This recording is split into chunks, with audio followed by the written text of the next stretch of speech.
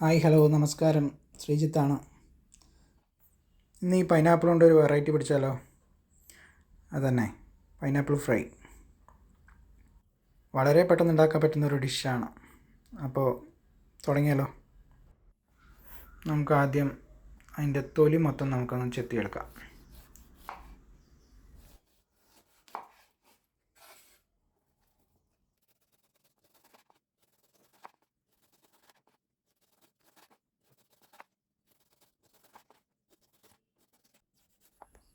തൊലി ചെത്തിക്കഴിഞ്ഞ് നമുക്കിനി പൈനാപ്പിളിനെ ഒന്ന് കഴുകിയെടുക്കാം.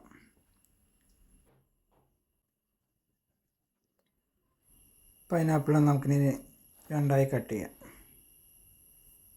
നിങ്ങൾക്ക് ഏത് രീതി വേണമെങ്കിൽ ഉണ്ടാക്കാം, എങ്ങനെ വേണമെങ്കിൽ കട്ട് ചെയ്ത് ഇതാക്കാം. ഞാനിപ്പോൾ രണ്ട് രീതിയിൽ കട്ട് ചെയ്യുന്നുണ്ട്. നിങ്ങളുടെ ഇഷ്ടത്തിനനുസരിച്ച് ഏത് രീതിക്ക് വേണമെങ്കിൽ സ്ട്രൈറ്റായിട്ട് കട്ട് ചെയ്യാം, റൗണ്ടായി കട്ട് ചെയ്യാം. ആദ്യം തന്നെ മസാലയ്ക്ക് വേണ്ട ഉപ്പ് അര ടീസ്പൂൺ കുരുമുളക് പൊടി, 1 ടീസ്പൂൺ കാശ്മീരി ചില്ലിയാണ് ഞാൻ എടുക്കണേ, പിന്നെ 1 ടീസ്പൂൺ പഞ്ചസാര. ഇത്രയേ ഉള്ളൂ മസാലക്കൂട്ട്. ഇതെല്ലാം കൂടി നന്നായിട്ട് അങ്ങ് മിക്സ് ചെയ്യാം. കട്ട് ചെയ്ത പൈനാപ്പിളിലോട്ട് നമ്മുടെ മസാലപ്പൊടി കൊണ്ട് വിതറി കൊടുക്കാം.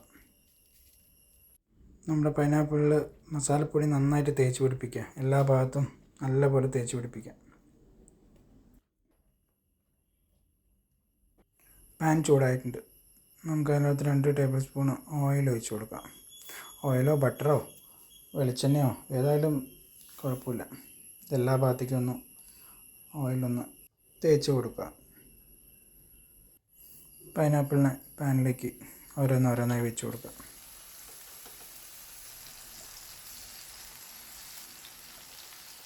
ഒരു 3-4 മിനിറ്റ് വൺ സൈഡൊന്ന് ഫ്രൈ ആയതിനു ശേഷം മറിച്ചിടാം.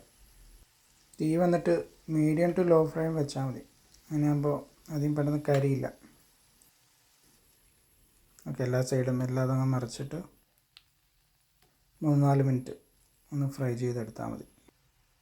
നമ്മുടെ പൈനാപ്പിൾ ഫ്രൈ റെഡി ആയിട്ടുണ്ട്. ഇനി ഒരു പ്ലേറ്റിലേക്ക് നമുക്ക് അതിനെല്ലാം മാറ്റി വയ്ക്കാം. ഇന്നത്തെ വീഡിയോ ഇത്രയേ ഉള്ളൂ. അപ്പോൾ സബ്സ്ക്രൈബ് ചെയ്യാനും ലൈക്ക് ചെയ്യാനും മറക്കല്ലേ. നിങ്ങളുടെ വിലയേറിയ നിർദ്ദേശങ്ങളും അഭിപ്രായങ്ങളും കമൻറ്റ് ചെയ്യാനും മറക്കല്ലേ. Okay, thank you.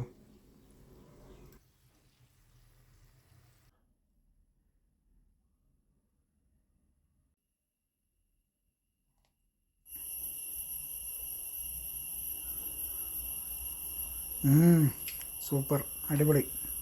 എല്ലാവരും മസ്റ്റ് ട്രൈ ഡിഷാണ്.